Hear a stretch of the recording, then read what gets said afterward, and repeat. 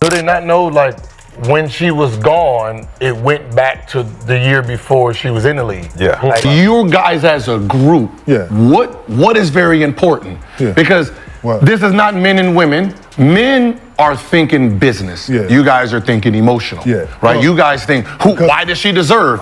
Yeah, because not one of them girls is gonna go in there and be like, I think she probably should be on. Not one of them. No, of course not. A former NBA star just dropped a truth bomb so big, it might as well have its own banner in the rafters. The WNBA poked at Caitlin Clark, and now it's like the basketball gods are circling, asking, you really want to do this? This isn't your run-of-the-mill slip-up. This is the kind of misstep that ends up in a future documentary backed by slow-motion clips and tense music. The fuse has been lit, and the clock is ticking. Get ready, because the league's about to scramble. Like it left the playbook in the locker room, chaos. Oh, it's here. Winning gold, that's not the issue, right? You're saying millions of people will be mad if she doesn't play a lot. Well, that means a million people won't be viewing if she's not on the team. So if she's on a team, They're watching. the jersey sales. Do you think you can sell more jerseys without her or with her? Obviously, it's going to be with her. Absolutely. USA jersey Yeah. with her name on it is going to sell. Everything other than basketball lines up for Everything- Caitlin. Everything other than basketball lines up for Caitlin to be on the team. Yes. So, does, absolutely. so that's Yeah. what I'm saying. At this point, Caitlin Clark starting her own league might be the boldest business move in women's sports since Serena Williams first picked up a racket. Let's be honest, she's already running like a one-woman economy. Ticket sales up, TV ratings through the roof, merchandise flying off shelves faster than free pancakes on Sunday morning, and the WNBA's response, treating her like an unpaid intern in the very show she's headlining. take the most popular that everyone's fucking with. If you take her off the court, you're back to what you guys were. The ratings, all that shit. Why would you even, like, just enjoy and go on with it? Yeah. Like, think about what they was getting paid before they said, Jordan, you're the guy. It's almost impressive how consistently an entire league can fumble the bag. For decades, the WNBA has pleaded to be seen, to be respected, to be marketed. We need visibility, they said. We need support, they insisted. Then the basketball gods delivered Caitlin Clark a golden goose with a deadly jump shot and enough charisma to light up every arena in the country. And what did the league do with this once-in-a-generation gift? Buried her under layers of politics, frosty receptions, and enough passive aggression to fuel a tense family reunion. Caitlin Clark finished 9th in player voting. In fact, she finished behind one of her own teammates in player voting for the All-Star game. The pettiness has no bounds. But it's interesting, for years, the WNBA players were pointing fingers. They were saying people are sexist, the media is sexist, we're not being promoted, we're underappreciated. And then they get the golden goose and they don't like what it looks like. Iowa girl, Indiana girl. Well, who knows, and I've said this for years, when the wave hits, ride it. It's like screaming for a lifeboat for years, finally getting one, and then poking holes in it on purpose. That's exactly what this feels like. The league fought for mainstream attention, and when it finally arrived in the form of a blonde sharpshooter from Iowa, with a flair for the dramatic and a three-point range that laughs at physics, suddenly, it's either too much attention or the wrong kind. Make it make sense. The women of the WNBA voted Caitlin Clark as the 9th best guard. They sure pay a lot of attention to the 9th best guard.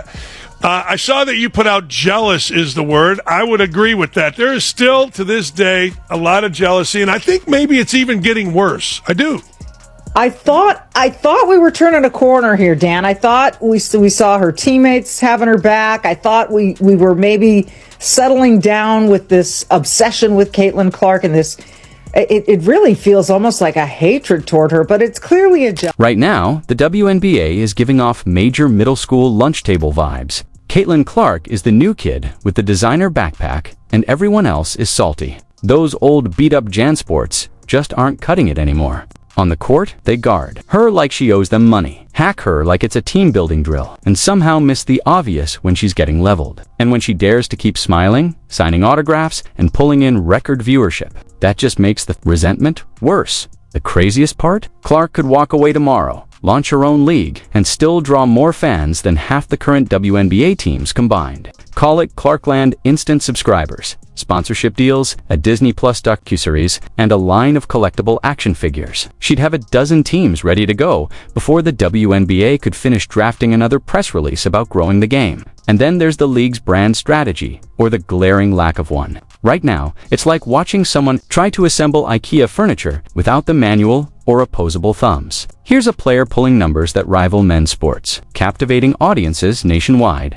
and earning comparisons to legends. And instead of doubling down, the league swerves away like it's contagious. They finally have a player who moves the cultural needle. And this is the moment they choose to play gatekeeper. Bold strategy. All of the established stars in this WNBA constantly, quietly, privately complain to their coaches and to their team executives about Caitlin Clark getting way too much attention and way too much credit for the exploding TV ratings. The attitude I sense from so many other older WNBA players seems to be, what are we, chopped liver? It's not just her driving these ratings. What have we been doing all these years? Sorry, ladies, but compared to her drawing power, you are chopped liver. Right now, the WNBA is acting like popularity is a limited resource, as if Caitlin Clark getting attention somehow means everyone else must go without. Spoiler, attention isn't a pie. You don't lose your slice because someone else's. Comes with whipped cream and sprinkles. Her spotlight brings more eyes to the entire game. Unless, of course, the real goal isn't to grow the sport, in which case, mission accomplished.